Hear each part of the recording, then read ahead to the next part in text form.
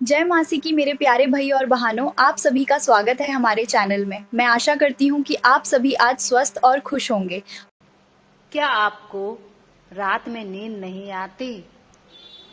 मेरे प्यारे भाई और बहनों, अगर आज रात आप बिस्तर पर लेटे हैं लेकिन नींद नहीं आ रही है, मन में बहुत सारी चिंताएं चल रही है, तो आज का वचन, आज का संदेश आपके लिए है।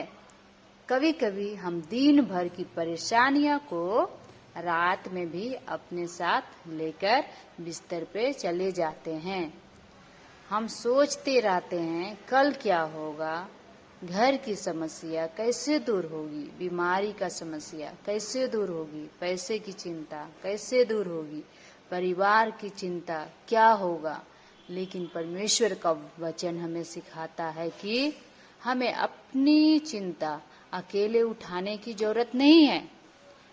भजन संहिता 4:8 में लिखा है,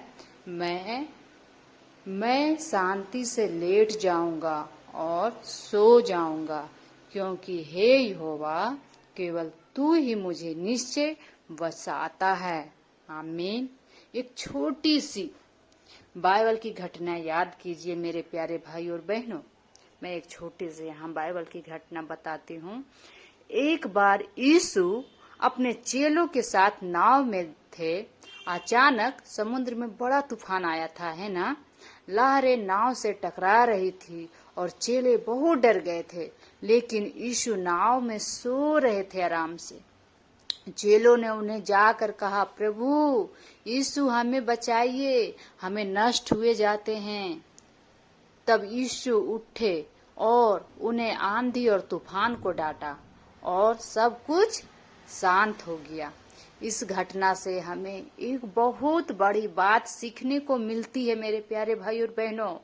ये जिंदगी तूफानों जैसी है। तूफान चेलों से बाहर था, लेकिन यीशु उनके नाव के साथ में थे।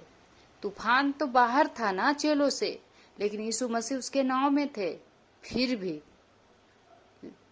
आज आपके जीवन में भी उसी तरह तूफान हो सकता है, आपकी बड़ी परेशानी हो सकती है, लेकिन याद रखिए मेरे प्यारे भाई और बहनों, प्रभु यीशु आपके साथ हैं।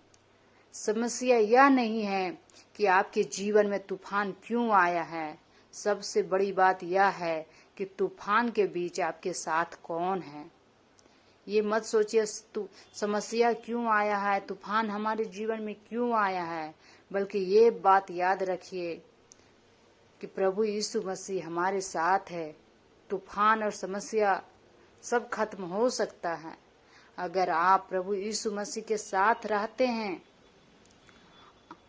तो आप डरने की बजाय उस पर भरोसा कर सकते हैं। आप डरिए मत, उस पे भरोसा कीजिए। एक और सुंदर वचन हम पढ़ेंगे, फिलिपियों 4:6 और 7 में लिखा है, किसी बात की चिंता मत करो। परमेश्वर कहता है कि हम अपनी चिंता उसे सौंप दें और प्रार्थना करें। जब हम अपनी चिंता प्रभु को देते हैं तो उसकी सारी चिंता, परेशानी हमारे हृदय और मन की रक्षा करती है। इसीलिए आज रात जब आप सोने जाए तो अपने मन में यह मत सोचिए कि मेरी समस्या बहुत बड़ी है, बल्कि मेरा परमेश्वर हमारी समस्या से बड़ा है, हमारी बीमारी से बड़ा है, हमारे परेशानी से हमारा परमेश्वर बड़ा है। ये बात को आप सोचिए।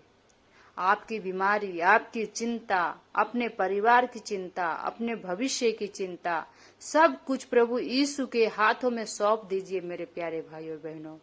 और सोने से पहले ये छोटी सी प्रार्थना जरूर कीजिए, हे प्रभु यीशु, आज की सारी चिंता मैं आपके हाथों में सौंपती हूँ।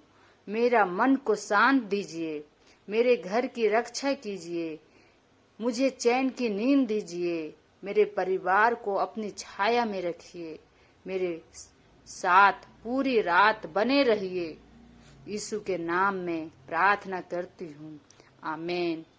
मेरे प्यारे भाई और बहन,